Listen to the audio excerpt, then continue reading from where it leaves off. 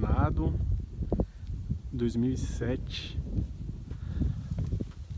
com Kit Athena 293.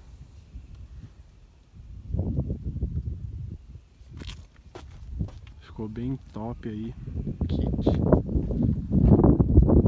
Deu bastante potência para a moto.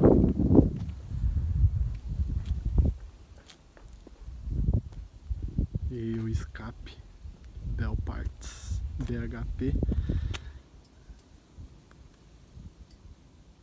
ficou bem legal também. O ronco ficou bem forte.